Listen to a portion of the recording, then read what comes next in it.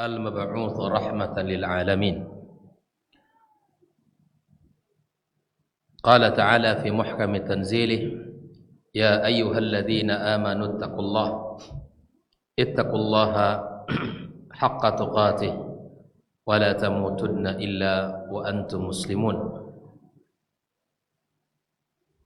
سبحانك لا علم لنا إلا ما علمتنا إنك أنت العليم الحكيم. أما بعد فإن أصدق الحديث كتاب الله وخير الهدى هدى محمد صلى الله عليه وسلم وشر الأمور محدثاتها وكل محدثة بدعة وكل بدعة ضلالة وكل ضلالة في النار. Kaum muslimin dan muslimat, al-hadirin wal hadirat, bapak-bapak, ibu-ibu, saudara-saudari, para pendengar dimanapun berada, alhamdulillah segala puji dan syukur hanya milik Allah atas nikmat dan karunia-Nya kita bisa berkumpul di tempat yang mulia ini, yang merupakan taman surga yang ada di muka bumi. Barang siapa yang memasukinya, maka dia akan memasuki surga yang hakiki. Namun barang siapa yang tidak merasakan ketenangan di dalamnya, maka dia tidak akan bisa mendapatkan surga yang dinanti-nanti.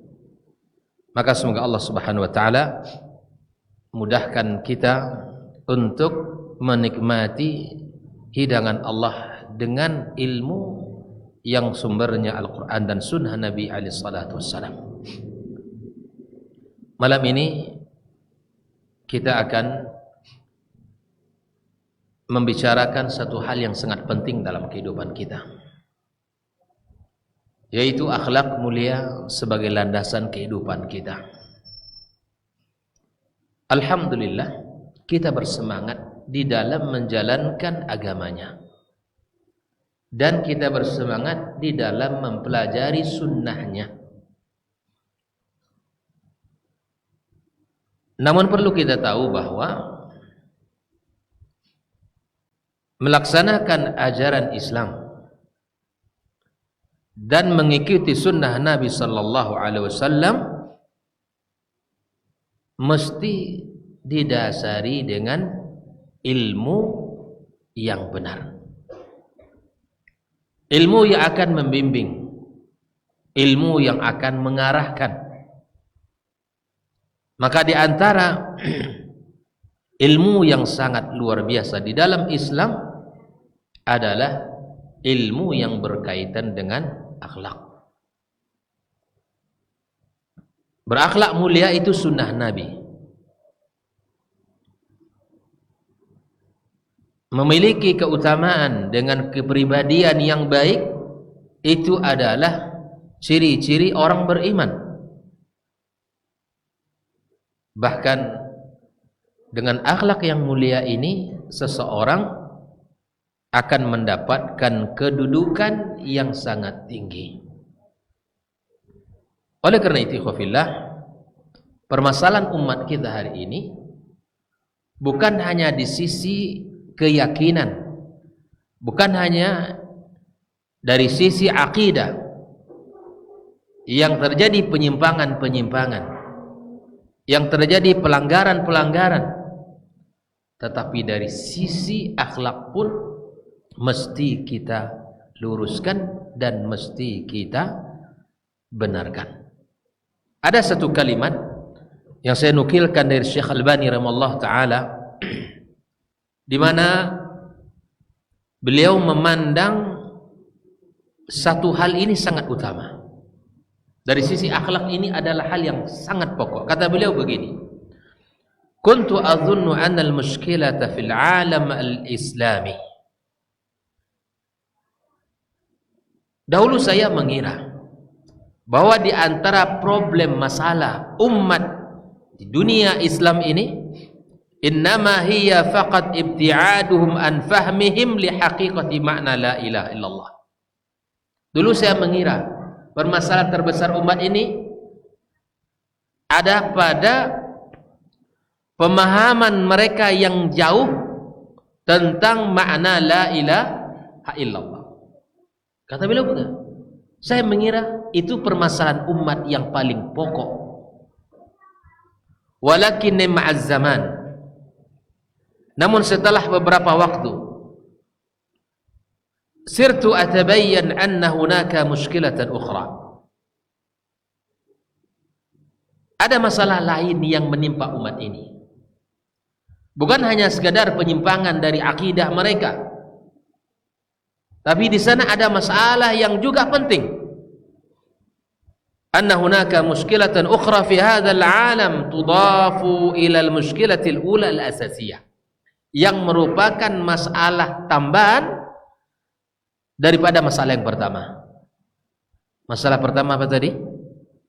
Penyimpangan akidah. Al-mushkilatul ukhra annahum aktsaruhum la yatakhallaquna bil akhlaqin bi akhlaqil islam as-sahihah illa biqadrin za'id. Kata beliau, masalah yang lain adalah banyaknya orang-orang dari umat ini, dari umat Islam, yang tidak berakhlak dengan akhlak al-Islam yang benar, kecuali hanya sedikit. Artinya apa, ikhwafillah? Permasalahan kita bukan hanya pada akidah. Ini permasalahan pokok, iya. Tetapi ada hal lain yang juga penting karena dia merupakan bagian dari agama kita. Itu masalah akhlak. Iya, akhlak yang mulia adalah cerminan seseorang, adalah gambaran seorang yang beriman kepada Allah Subhanahu wa taala. Gambaran kita orang beriman bukan hanya ilmu, bukan hanya sekadar banyaknya ilmu pengetahuan, tapi permasalahan kita adalah di mana kita harus menjadikan akhlak dan adab di atas ilmu. Al-adab fawqal ilm.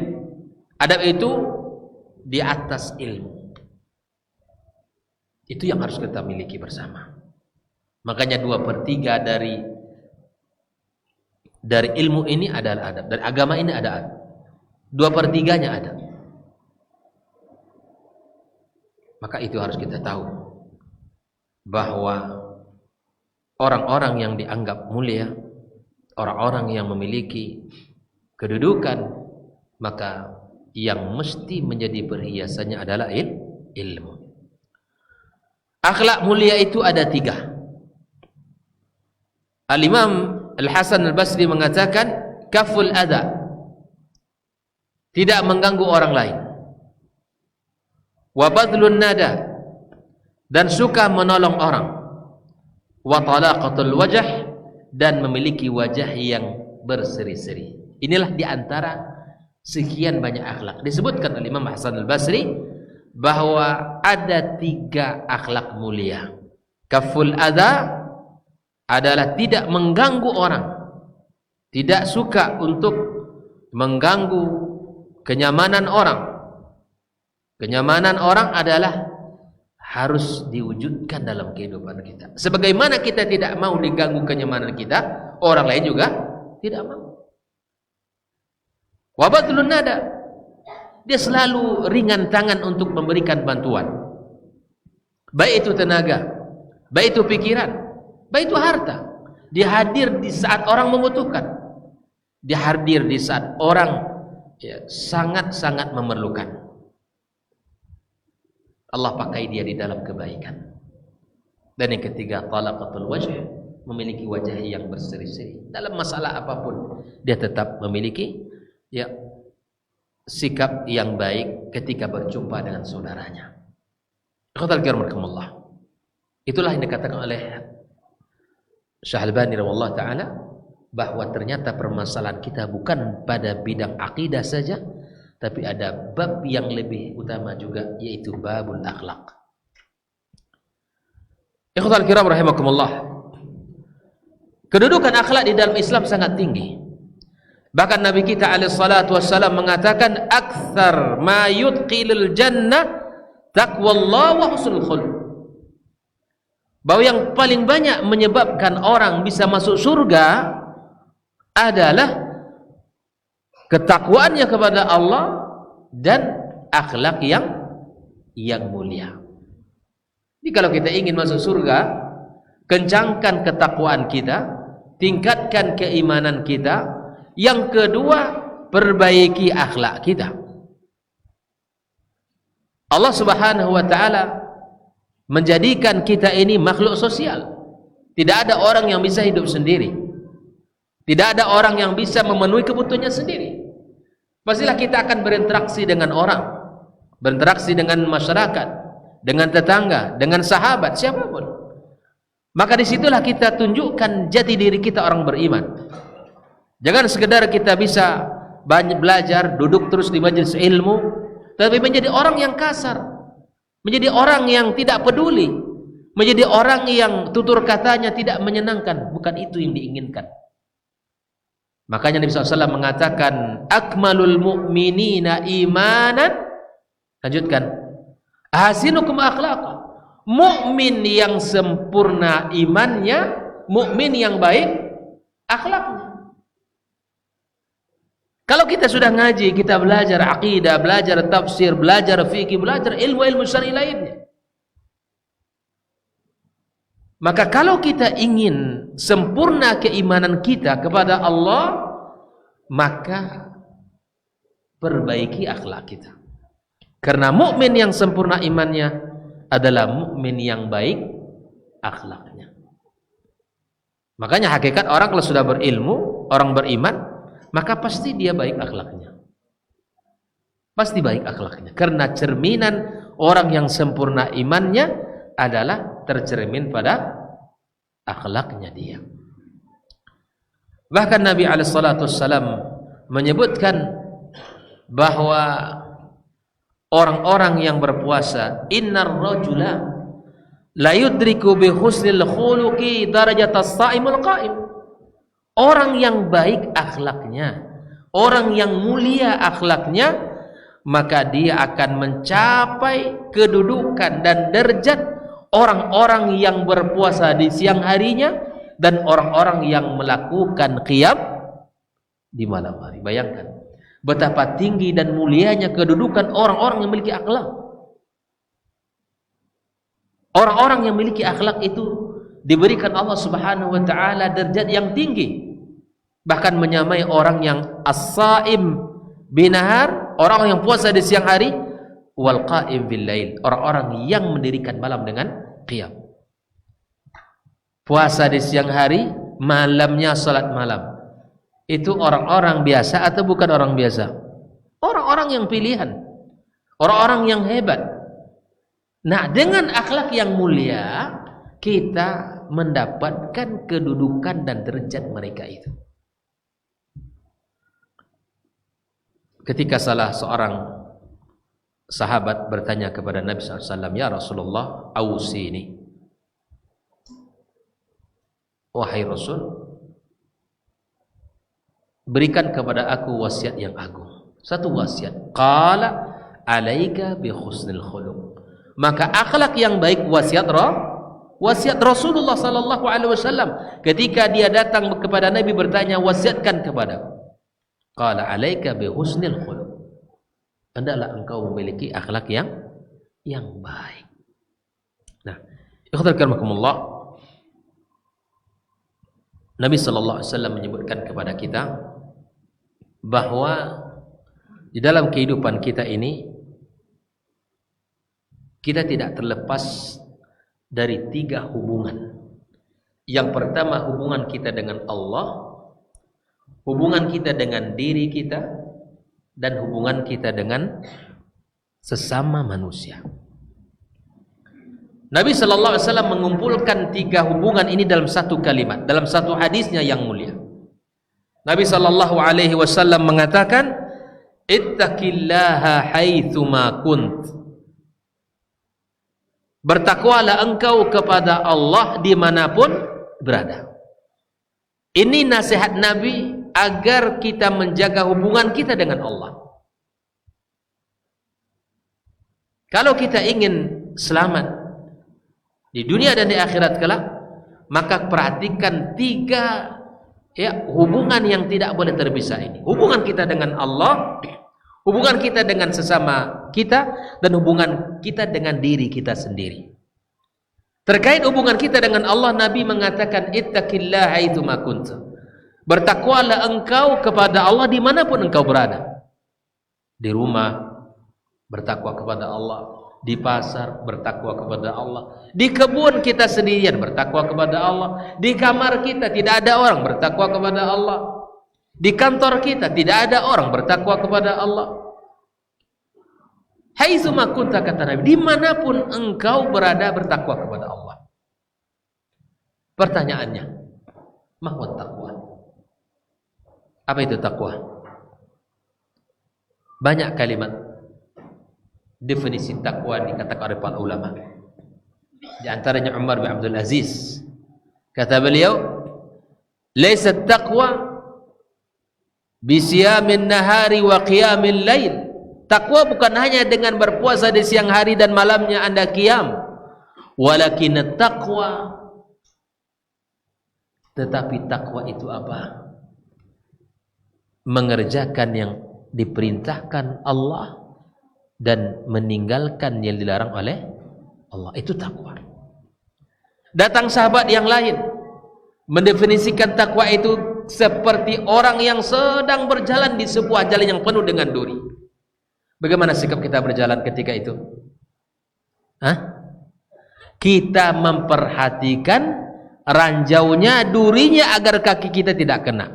Seperti apa kita berjalan di saat di depan kita ada ranjau? Itulah sifat takwa. Berhati-hati dalam kehidupan ini, melangkahkan kaki ke tempat yang dicintai Allah. Jangan sampai kaki kita melangkah kepada tempat yang dibenci Allah. Sebagaimana kita tidak ingin kaki kita kena duri, kena paku, kena ranjau, begitulah seorang mukmin di saat dia berjalan di muka bumi ini, dia mencari tempat yang Allah ridai. Di saat dirinya didorong oleh hawa nafsunya untuk melangkah ke tempat yang dibenci Allah, dia tahan. Itulah takwa. Berhati-hati di saat berjalan di sebuah jalan yang penuh dengan duri. Sikap orang yang berhati-hati di saat berjalan, itulah sifat takwa itu sendiri. Banyak pekerjaan yang menggiurkan, tapi pekerjaan itu ada unsur ribawi atau unsur usaha yang diharamkan Allah Subhanahu wa taala. Dia berhenti, tidak mau. Walaupun janji yang diberikan kepadanya, ataupun misalnya upah yang diberikan kepadanya, penghasilan yang ia terima sangat banyak, tetapi dia tidak mau. Lebih memilih yang dicintai Allah daripada yang diinginkan hawa nafsunya. Maka itulah takwa. Sungguh sangat banyak kalimat takwa itu. Kalau kita buka kitab para ulama, kita temukan pengertian-pengertian dari mereka. Dan pengertian-pengertian itu sangat beragam. Kenapa? Karena sesungguhnya takwa yang mereka ucapkan itu adalah manifestasi daripada sikap diri mereka sendiri. Bagaimana dia menjaga dirinya tentang apa yang Allah perintahkan, dari apa yang Allah larang, itulah dia definisikan takwa itu. Seperti mana kalimat Abu Hurairah, sebagaimana kalimat Umar bin Abdul Aziz. Ada lagi kalimat yang berikutnya, Talq bin Habib mengatakan, anta'mala ta'atan ala nurin min Allah wa tarju sawab Allah. Engkau melakukan sebuah ketaatan di atas cahaya Allah dan mengharap pahala dari Allah. Wa tark ma'asillah ala nurin min Allah wa takhafu adab Allah. Engkau meninggalkan maksiat di atas bimbingan cahaya dari Allah, kemudian karena engkau takut azab Allah. Itulah takwa. Nah, kalau kita bicara tentang nasihat Nabi SAW, nasihat ketakwaan, maka sungguh sangat banyak cara untuk menjadi orang-orang yang bertakwa tersebut. Maka kita harus berusaha menjadi mukmin yang muttaqin, karena amal yang Allah terima itu amalan orang-orang bertakwa. Innama taqabbalallahu minal muttaqin. Yang Allah terima adalah amalan yang dilakukan oleh orang-orang yang bertakwa kepada Allah Subhanahu wa taala. Ikhwani wa akhwati fiddin rahimani wa rahimakumullah. Maka yang kedua, Nabi sallallahu alaihi wasallam menasihati kita dengan kalimat wa'ad bi'is sayyi'atal hasanata tamhuha. Ikuti setiap kesalahan kita dengan hasanah, dengan kebaikan. Para ulama menyebutkan dua makna al-hasan dalam hadis ini. Setiap kali kita berdosa, maka kata Rasulullah, ikutilah dengan hasanah. Yang pertama, al-hasanah itu dengan at-taubah. Setiap kali kita tergelincir berdosa, melakukan kesalahan, maka ikuti kesalahan itu dengan taubat. Tamhuha, maka taubat yang kita lakukan akan menghapus dosa kita. Salah kita hari ini, bertobat kita. Menyesal kita dan berazam untuk tidak mengulangi. Jatuh lagi dalam dosa, bertaubat lagi. Sesali lagi dan berazam lagi. Begitu seterusnya. Maka setiap keburukan ikuti dengan kebaikan. Kebaikan ini yang pertama adalah dengan taubat. Minta ampun kepada Allah Subhanahu wa taala. Yang kedua, makna al-hasanah di sini kata para ulama dengan cara melakukan kebaikan-kebaikan. Berbuat dosa misalnya, jatuh dalam kesalahan. Lalu apa yang terjadi? Maka kita lakukan kebaikan, kita sedekah, kita tingkatkan birrul walidain, kita sambung silaturahim, kita berikan bantuan kepada anak-anak yatim, dan kita santuni orang-orang yang membutuhkan. Itu adalah al-hasanah. Nah, kebaikan ini akan menghapuskan dosa. Wa'ad bi'is sayyi'atal hasanah tamhuha. Ikuti setiap kesalahan dengan hasanah. Baik itu dengan bertaubat kepada Allah ataupun dengan meningkatkan kebaikan kita kepadanya. Ini yang berkaitan dengan diri kita pribadi. Makanya subhanallah, kita tidak terlepas hubungan kita dengan Allah dengan cara kita meningkatkan ketakwaan kita kepadanya dan hubungan kita dengan diri kita sendiri. Maka subhanallah, ketika kita tersalah, maka segera kita bertaubat kepadanya. Nah, yang ketiga adalah di mana kata Nabi SAW, wa khaliqin nasa bi khuluqin hasan, bahwa bergaullah dengan orang dengan cara yang baik. Orang dipandang, dihormati karena apa, Pak? Karena akhlaknya. Bahkan setinggi apapun kedudukannya, kekayaannya, jabatannya, kalau sudah melakukan satu kesalahan, tercoreng akhlaknya, maka dia tidak akan dimuliakan. Walaupun dia orang banyak aja hartanya, walaupun kedudukannya tinggi. Lihatlah orang yang hari ini kita dapatkan, ya masya Allah, kekayaannya, rumahnya, ya, kendaraannya, kebunnya, usaha dan duitnya, ternyata ketika ketahuan dan kemudian mendapatkan hukuman, maka tercorenglah akhlaknya. Maka manusia dipandang dengan akhlaknya. Orang ini dimuliakan karena akhlak.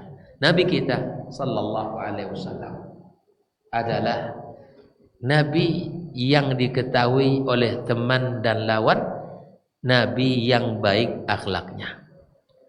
Apa gelar nabi, Pak? Gelar nabi yang diberikan sebelum nabi menjadi seorang rasul, Al-Amin. Gelar itu bukan dari kaum muslimin. Artinya bukan ketika saat semua sudah masuk Islam, bukan. Tapi gelar Al-Amin sudah disematkan kepada Rasulullah sallallahu alaihi wasallam sebelum Nabi diangkat. Orang sudah tahu dengan akhlaknya. Orang sudah tahu dengan amanahnya. Orang semuanya tahu bahwa dia ada orang yang nggak pernah berdusta. Akhlak Nabi SAW. Maka digelar dengan Muhammad Al-Amin. Ketika Nabi SAW menyampaikan kepada penduduk Mekah, dikumpulkannya penduduk Mekah, lalu Nabi SAW menyampaikan. Apa kata Nabi SAW? Andaikan saya mengatakan bahwa di balik gunung ini adalah musuh-musuh kita atau musuh-musuh yang akan datang kepada kita, menyerang kita. Kalau saya katakan itu, apakah kalian percaya dengan saya? Apa jawaban orang Quraisy? Iya. Ma jarrabna bika kadhiba. Kami tidak pernah menemui engkau berdusta. Kami akan percaya. Tapi Nabi mengatakan bahwa saya datang memberikan kabar gembira kepada kalian. Mengajak kalian beriman kepada Allah Subhanahu wa taala. Tapi ajakan itu nanti dulu. Jadi kalau seandainya yang tadi pasti kami percaya. Tapi kalau ajakan keimanan itu berat. Subhanallah. Nabi Muhammad sallallahu alaihi wasallam semuanya orang tahu dengan akhlaknya. Tidak tercemar dengan lingkungan yang rusak. Nabi tidak ikut-ikutan dengan pesta pora, dengan khamar. Nabi tidak pernah ikut dengan ikhtilat. Khamar perempuan. Nabi tidak pernah ikut. Tidak rusak dengan kerusakan lingkungan yang ada di masa itu. Bahkan Nabi sallallahu alaihi wasallam di saat kerisauan yang sudah memuncak dalam dadanya, melihat kerusakan orang-orang di zaman itu sudah semakin jauh, semakin parah, maka Nabi sallallahu alaihi wasallam pergi ke gua, memohon kepada Allah. Inilah juga Pak, di saat semua kerusakan sudah kita lihat dalam kehidupan ini, segeralah kita untuk mengadah ke langit, meminta pertolongan kepada Allah. Minta bantuan kepada Allah. Lalu kemudian Nabi kita SAW mendapatkan perintah pertama, wahyu pertama untuk diterima olehnya. Perjalanan yang sangat luar biasa. Nabi Muhammad SAW dan para sahabat Nabi yang mulia juga memiliki akhlak yang mulia. Bahkan Allah Subhanahu wa taala katakan, wa innaka la'ala khuluqin azim. Sesungguhnya engkau Muhammad berada di atas akhlak yang agung. Di atas akhlak yang mulia. Nabi dipuji oleh Allah Subhanahu wa taala. Bahkan Nabi sendiri mengatakan, innama bu'itsu liutammima makarimal akhlak. Bahwa inilah yang harus ada pada diri kita, Pak. Ini yang harus ada dalam pergaulan kita sesama masyarakat. Pandai kita menghargai orang, pandai kita menyapa orang, bahwa kita bagian dari kehidupan masyarakat yang tak boleh terpisah. Sekaya apapun engkau, wahai saudaraku, setinggi apapun jabatan engkau, wahai saudaraku, maka engkau tetap butuh kepada orang lain. Engkau tetap perlu kepada saudara-saudara yang lain. Makanya orang-orang kaya nggak perlu sombong. Orang-orang kaya tidak perlu angkuh. Orang-orang yang banyak harta dan kekayaan tidak perlu merasa hebat sendiri. Karena apa? Yang pertama, keberadaan kekayaan kalian itu adalah pemberian Allah. Yang kedua, Allah Subhanahu wa taala berikan itu kepada kalian karena adanya orang-orang lemah di antara kalian. Harta yang Allah berikan kepada Anda itu semua apa? Pemberiannya semata. Bukan karena kehebatan engkau, bukan karena kepintaran yang kau miliki, bukan. Tapi karena Allah pemurah dan memberikan itu kepada kamu. Makanya Rasulullah SAW mengatakan, innama tunsaruna bidu'afaikum. Ingat orang-orang kaya, kalian ini ditolong oleh Allah karena adanya orang lemah di antara kalian. Maka syukurilah orang-orang yang ada di sekitar kita, dan mereka mendapatkan kebaikan dari yang kita miliki, Allah titipkan kepada kita. Jangan malah meremehkan orang-orang kaya, meremehkan orang-orang yang tidak berpunya. Tapi justru kita bersyukur kepada Allah bahwa dengan keberadaan mereka itu Allah berikan kepada kita jalan rezeki yang banyak. Begitu seharusnya. Makanya di dalam kehidupan ini berkawan dengan orang-orang yang di bawah kita, kita akan bersyukur kepada Allah. Kita akan ingat kepada Allah. Tapi kalau kita berkawan dengan orang-orang yang lebih dari kita, kalau kita tidak bisa mengontrol hati kita, maka kita akan tidak pandai bersyukur kepada Allah Subhanahu wa taala. Maka wa khaliqin nas bi khuluqin hasan. Nah, manusia di sini banyak. Orang tua kita, ibu bapak kita.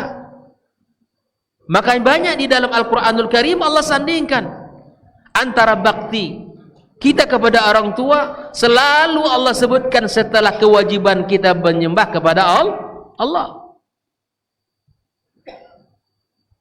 Menyembah kepada Allah adalah kewajiban utama kita. Dan di antara kewajiban yang utama lainnya setelah itu adalah berbakti kita kepada kedua orang tua kita. Makanya subhanallah, Islam memberikan kepada kita jalan-jalan kemuliaan. Orang tua kita adalah jalan pahala bagi kita. Orang tua kita adalah jalan surga bagi kita. Makanya diletakkan di antara dosa besar apa? Uququl walidain.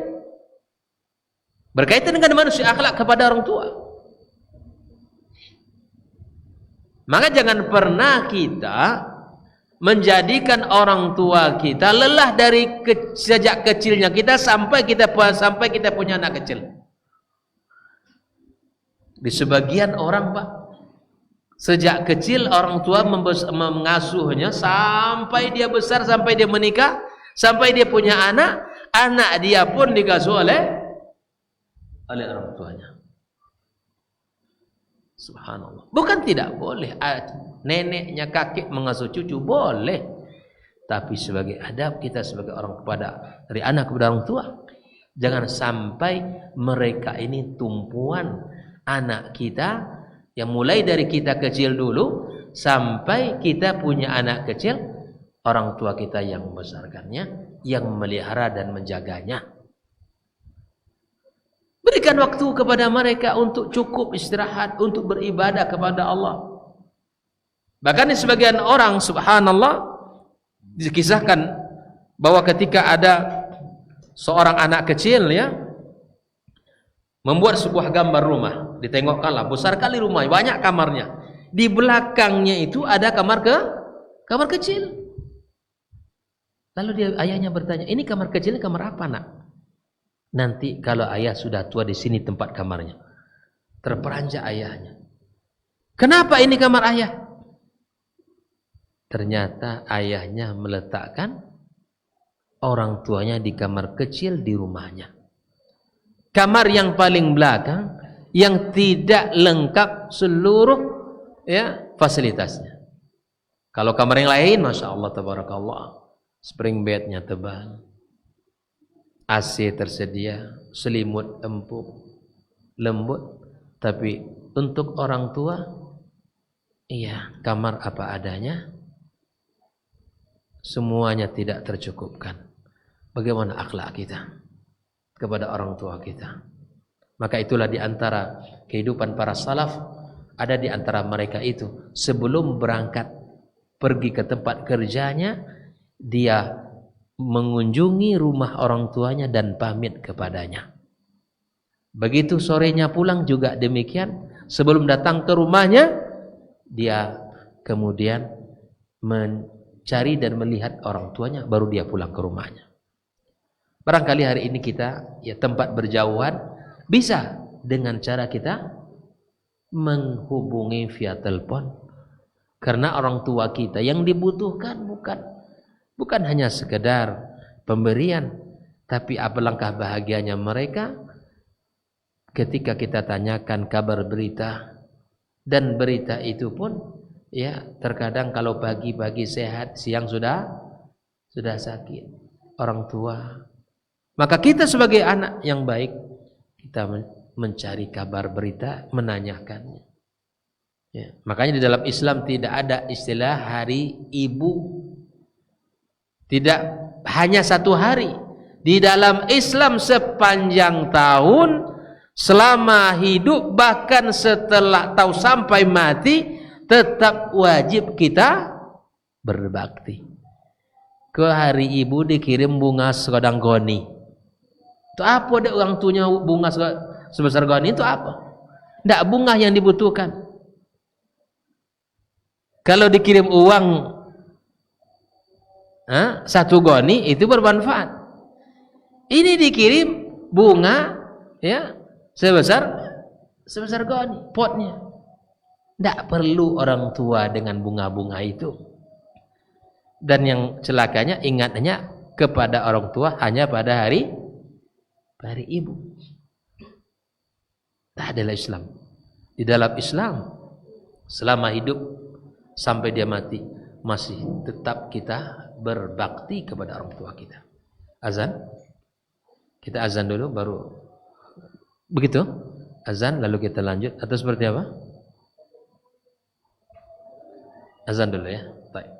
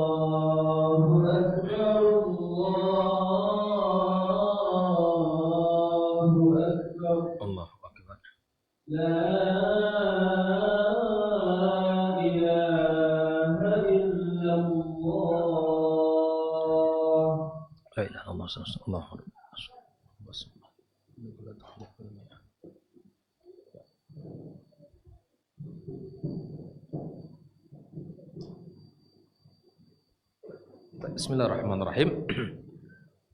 Wa khaliqin nas bi khuluqin hasan, maka bergaulah dengan manusia dengan pergaulan baik. Ya, orang tua kita, kemudian keluarga kita, istri kita bergaul dengan baik, anak-anak kita, Kita bergaul dengan keluarga besar kita, keluarga pasangan kita. Bergaul dengan baik kepada tetangga-tetangga kita, kepada masyarakat secara umum.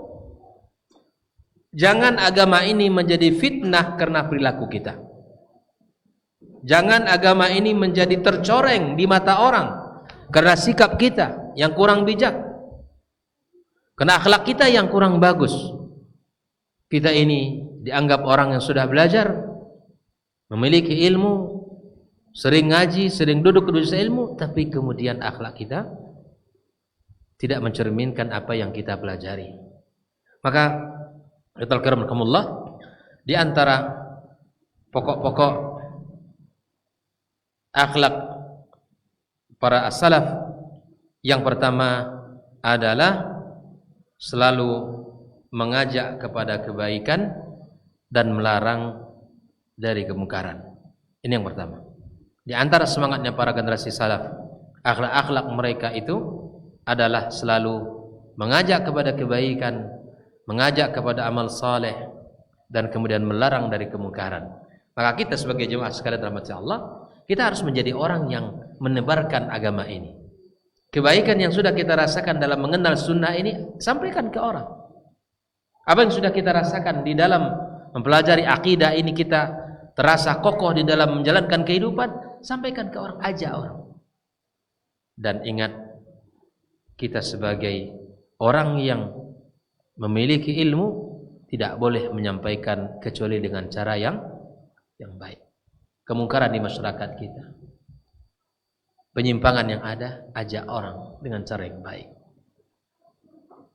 Maka lihatlah Nabi SAW, mana yang lebih banyak ungkapan beliau?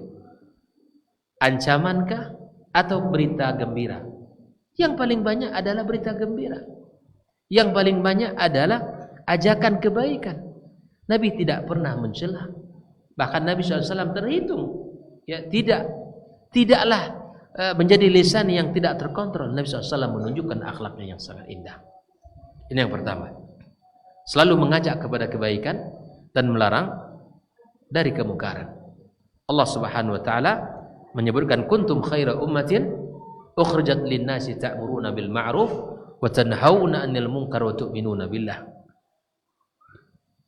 Yang kedua, di antara pokok akhlak salaf, di samping semangat menebarkan kebaikan dan melarang kemungkaran, adalah dengan mendahulukan sikap lemah lembut, memiliki sikap dalam dakwah yang penuh dengan hikmah, dikedepankan lemah lembut. Nabi SAW kita lihat bagaimana berdakwah, kesabaran yang luar biasa. Nabi ke Taif, bagaimana sikap mereka? Kasar, dilempari, bahkan Nabi sampai pingsan. Apakah Nabi dendam? Tidak. Apakah Nabi SAW mendoakan keburukan? Tidak. Justru Nabi mendoakan kebaikan kepada penduduk Taif, meminta kepada Allah bahwa supaya Allah mengeluarkan dari keturunan mereka itu anak-anak yang beriman kepadanya tanpa mensyirikkan Allah dengan satu apa-apa. Bahkan kalau Nabi iyakan, langsung malaikatul jibal, iya tolong angkat gunung besar itu, ditimpakan kepada mereka langsung mati. Tapi Nabi tidak. Nabi sujud, dilempari dengan kotoran-kotoran diambil dari perut binatang. Dalam keadaan sujud, maka Fatimah datang menangis, membersihkan kotoran dari tubuh baginda kita sallallahu alaihi wasallam. Ayah yang sedang disakiti dilempari dengan kotoran itu. Maka kelemah lembutan ini penting di dalam kita mendakwakan, apalagi ikhwah semua yang sudah mengenal sunnah, mendakwakan al-haq mesti tepat caranya. Mendakwakan aqidatus sahihah kepada keluarga kita yang belum mengenal dengan cara yang baik, Pak. Walaupun mungkin nanti banyak bahasa orang ke kita, tapi nggak masalah. Tunjukkan bahwa kita ini orang yang mencintai kebaikan dan orang yang ingin mencintai saudaranya. Tunjukkan itu. Apalagi kita di masyarakat yang heterogen yang banyak, yang sudah mengenal yang sunnah, yang belum banyak. Maka dakwahkan dengan dakwah yang baik, ajak orang mengenalnya. Kita orang yang paling peduli kepada orang lain. Dengan demikian kita akan mendapatkan kebaikan-kebaikan dari dakwah ini. Allah Subhanahu wa taala mengatakan, "Ud'u ila sabili rabbika bil hikmati wal mau'izatil hasanati wajadilhum billati ahsan." Ini yang kedua, pokok aqidatus salaf, pokok akhlaqus salaf di dalam mendakwahkan, penuh dengan kelemah lembutan, penuh dengan sopan santun, dan penuh dengan hikmah. Yang ketiga adalah sabar ketika mendakwahkan agama yang mulia ini. Sabar ketika mendakwahkannya. Karena siapapun yang mendakwahkan kebaikan pasti mendapatkan cobaan. Siapapun. Mungkin masing-masing kita punya cerita yang berbeda. Tapi siapapun yang mendakwakan kebaikan, skala apapun kebaikan itu pasti akan ada cobaan. Maka Allah Subhanahu wa taala menyebutkan, wasbir ala ma asabak inna dzalika min azmil umur. Maka bersabarlah terhadap apa yang menimpa kamu, sesungguhnya yang demikian itu termasuk hal-hal yang diwajibkan Allah Subhanahu wa taala. Sudah. Ini konsekuensi daripada mendakwahkan agama yang hak, menyebarkan sunnah Nabi, pasti akan ada ujian, cobaan, sikap, kata-kata, tapi itu biasa. Karena itulah bagian yang akan tidak terpisah dalam dakwah. Yang keempat, di antara akhlak salaf, tidak ingin kaum muslimin berselisih. Kita Ahlus Sunnah wal Jamaah selalu menginginkan umat ini bersatu di atas kebenaran, di atas al-haq, di atas agama Allah Subhanahu wa taala. Kemudian yang berikutnya, memberikan nasihat kepada kaum muslimin karena agama ini adalah nasihat. Jadi hadirlah kita di tengah masyarakat, ya, memberikan nasihat. Saya subhanallah punya pengalaman dalam bab ini. Orang-orang yang dekat dengan kita bersabar menghadapi setahun, 2 tahun, dan alhamdulillah dengan izin Allah, ya, Allah berikan kemudahan-kemudahan bagi keluarga kita, ya, orang-orang terdekat dengan kita untuk mengikuti, ya, apa yang diperintahkan oleh Nabi Sallallahu Alaihi Wasallam. Ya. Kemudian di antara pokok akhlak salaf bersama kita di dalam melakukan kewajiban-kewajiban ini. Artinya bahwa kita rangkul orang-orang, kita rangkul saudara kita, kita bersama menjaga kebaikan ini. Ya. Kemudian di antara semangat akhlak salaf adalah semangat di dalam melakukan ketaatan, baik itu ketaatan yang sifatnya secara zahir ataupun ketaatan di saat semua orang tidak ada melihatnya. Ini mereka berakhlak kepada Allah Subhanahu wa taala dengan ibadah-ibadah, melakukan qiyamul lail dan melakukan ketaatan-ketaatan yang tidak diketahui oleh orang lain. Ya. Ikhwafillah rahimakumullah. Maka ketika kita dalam menjalankan kehidupan ini banyak ujian yang datang, banyak cobaan yang menimpa, maka di antara pesan agama kita tidak boleh berputus asa. Tidak boleh kita berhenti berharap kepada Allah Subhanahu wa taala. Lihatlah Musa alaihissalam, di saat dia lelah lari dari Mesir sampai di kota Madian, setelah membantu 2 putri Nabi Syuaib, dia berteduh sejenak di sebuah pohon yang rindang. Kelelahan dalam kondisi capek yang luar biasa, haus, kemudian lapar. Di situ dia berharap, Rabbi, inni lima anzalta ilayya min khairin faqir. Di situ dia baru berharap kepada Allah, ya Rabbku, sungguhnya aku butuh kepada kebaikan yang Engkau turunkan kepada aku. Maka dia tidak pernah putus asa. Di saat sulit yang ia hadapi, langsung dia berhubungan, menjalin kebaikan, meminta, memohon kepada yang Maha Memberi. Lalu kemudian Allah Subhanahu wa taala berikan kepadanya apa? Banyak kebaikan. Pertama, diundang oleh Nabi Syuaib, yang kedua diberikan makan, yang ketiga dinikahkan kepada putrinya. Maka kebaikan yang dia dapatkan di saat dia bersabar. Maka itu, la tayasu min rahmatillah, jangan pernah kita putus asa dari rahmat Allah Subhanahu wa taala. Sampaikan ya, ini kepada keluarga kita, ujian-ujian yang menimpa kita, maka itu semua adalah cara Allah untuk meningkatkan keimanan kita, untuk mengangkat derajat kita di sisinya. Wa ma asabakum min musibatin fabima kasabat aydikum, kata Allah. Ingatlah apa yang menimpa kita di dunia ini, ya tidak terlepas dari apa? Dari akibat perbuatan tangan kita sendiri. Maka oleh karena itu kita minta kepada Allah Subhanahu wa taala, selalu bersandarlah kita kepadanya, dan selalu kita meminta ya kepada Allah Subhanahu wa taala agar kita termasuk orang-orang yang dijaga dari segala bentuk ujian buruk dan takdir yang tidak kita sukai. Terakhir, terkirmakumullah, selalulah menghiasi diri dengan kebaikan dan akhlak yang terpuji. Itulah yang harus ada dalam diri kita. Karena Nabi SAW mengatakan, inna min ahabbikum ilayya wa aqrabikum minni majlisan yaumal qiyamah ahasinukum akhlaqa. Kata Rasulullah, sesungguhnya orang yang paling dekat kedudukannya denganku nanti di hari kiamat kelak, siapa mereka? Orang-orang yang akhlaknya mulia. Tidak maukah kita bersama Nabi nantinya? Kalau kita ingin dekat kedudukan kita dengan Nabi sallallahu alaihi wasallam, maka hendaklah kita memperbaiki akhlak kita. Bahkan Nabi kita sallallahu alaihi wasallam mengatakan, "Ma min syai'in yudha fil mizan athqalu min husnil khuluq." Tidak ada yang lebih berat dalam timbangan kebaikan kita nanti pada hari kiamat melainkan kebaikan akhlak kita. Bayangkan, Pak, salat kita, ibadah kita semua ditimbang di dalam timbangan kebaikan kita. Tapi yang akan memberatkan timbangan di antara banyak sekian amal kita lakukan adalah husnul khuluq. Bayangkan, akhlak yang mulia itu memberatkan timbangan. Bayangkan, akhlak yang mulia itu memberatkan timbangan kita.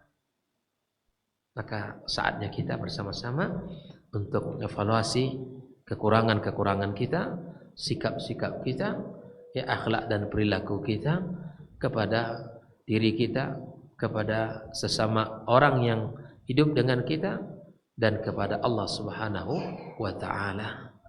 Karenanya akhlak mulia itu landasan kehidupan kita. Dia adalah ya jalan yang tidak boleh kita melenceng darinya. Apapun semuanya dengan akhlak. Makanya belajar, tujuan kita belajar agar kita berakhlak, agar kita paham agama, agar kita bisa ya menjalankan agama dengan baik. Itulah. Makanya orang pintar, orang cerdas, banyak ilmu, tidak akhlak, nol besar. Nol besar. Tidak ada yang bisa diharapkan dari dia yang tidak berakhlak. Makanya Nabi SAW ketika ada seorang laki-laki yang melamar anak perempuan kita, apa yang dikatakan Nabi? Yang pertama, yang beragama. Yang kedua, yang berakhlak. Kenapa bisa oleh Nabi SAW? Bukankah akhlak bagian dari agama? Nah, tapi akhlak menjadi kunci. Karena laki-laki yang paham agama tapi tidak berakhlak, mudah untuk menyakiti istrinya,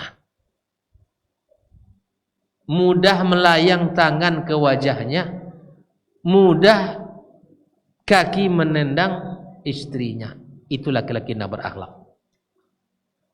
Laki-laki yang tidak berakhlak, laki-laki yang mudah ya menyakiti fisik istrinya, karena itu bukan lawannya.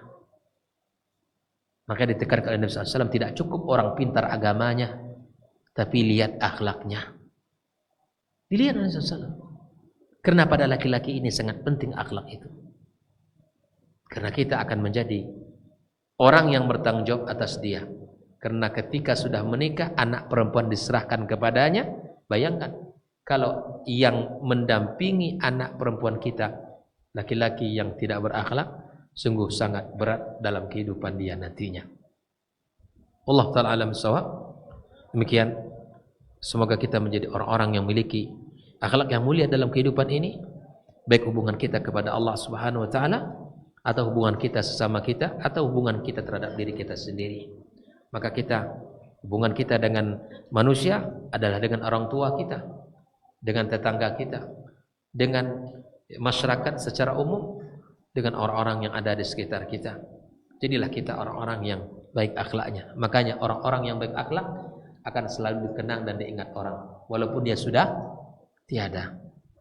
Mana si fulan, Masya Allah, dulu orangnya ringan tangannya, orangnya sangat mudah, orangnya tidak sulit, orangnya sangat menyenangkan. Itulah kesan-kesan positif orang. Kalau kita orang baik, kita akan dikenang orang kebaikan kita. Tapi kalau kita orang yang tidak baik, maka mungkin orang mendoakan agar kita lebih cepat. Masalah orang yang jahat lama lomunya. Nah, itu perasaan kita saja. Karena orang yang zalim itu selalu membuat orang sulit. Lama panjang lomu, Ustaz. Makanya orang-orang yang baik didoakan kebaikannya oleh orang. Adapun orang-orang yang jahat, ya tentu didoakan agar dia hilang ya kejahatannya. Makanya ketika orang-orang jahat meninggal dunia, apa kata Nabi sallallahu alaihi wasallam? Maka beristirahatlah. Siapa yang istirahat?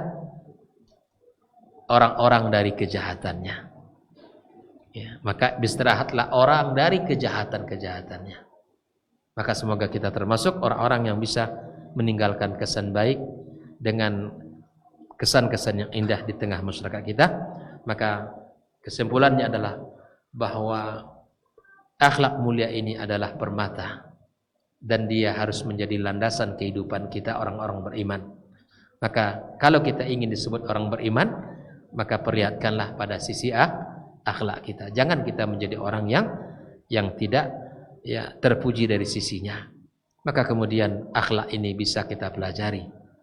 Bahkan Nabi SAW, ya kita tutup majelis kita dengan doa yang diajarkan oleh Nabi Sallallahu Alaihi Wasallam. Nabi pernah mengajarkan doa kepada kita, kepada umatnya, agar kita memiliki akhlak yang baik. Allahumma hdini li ahsanil akhlaqi, ya Allah tunjukkanlah aku kepada akhlak yang baik. Fa innahu la yahdi li ahsaniha illa anta, maka sungguh tidak ada yang bisa menunjukkan selain engkau. Wasrif anni sayyi'aha, ya Allah jauhkan aku dari akhlak yang buruk. La yasrif anni sayyi'aha illa anta, tidak ada yang bisa menghilangkan keburukan akhlak melainkan kepada engkau. Hafal ya doanya? Allahumma hdini li ahsanil akhlaqi, ya Allah tunjukkan aku kepada akhlak yang baik. Fa innahu la yahdi li ahsaniha illa anta, tidak ada yang bisa menunjukkan kepada jalan yang baik itu kecuali engkau. Wasrif anni sayyi'aha, jauhkan aku akhlak yang buruk. La yasrif anni sayyi'aha illa anta, tidak ada yang bisa menjauhkannya dariku kecuali engkau. Maka selalulah minta kepada Allah Subhanahu wa taala akhlak yang mulia, dan semoga selalu minta petunjuk kepada Allah Subhanahu wa taala ya agar dijauhkan dari segala keburukan akhlak. Wallahu taala alam bissawab. Terima kasih atas segala perhatian dan terima kasih kepada seluruh pengurus yang telah menjadi sebab terjadinya pertemuan kita, dan semoga Allah Subhanahu wa taala jadikan ini dalam timbangan kebaikannya, dalam timbangan kebaikan yang dilipat gandakan oleh Allah pahalanya. Wa sallallahu ala nabiyyina wa habibina Muhammadin wa ala alihi wa sahbihi ajmain. Assalamualaikum warahmatullahi wabarakatuh.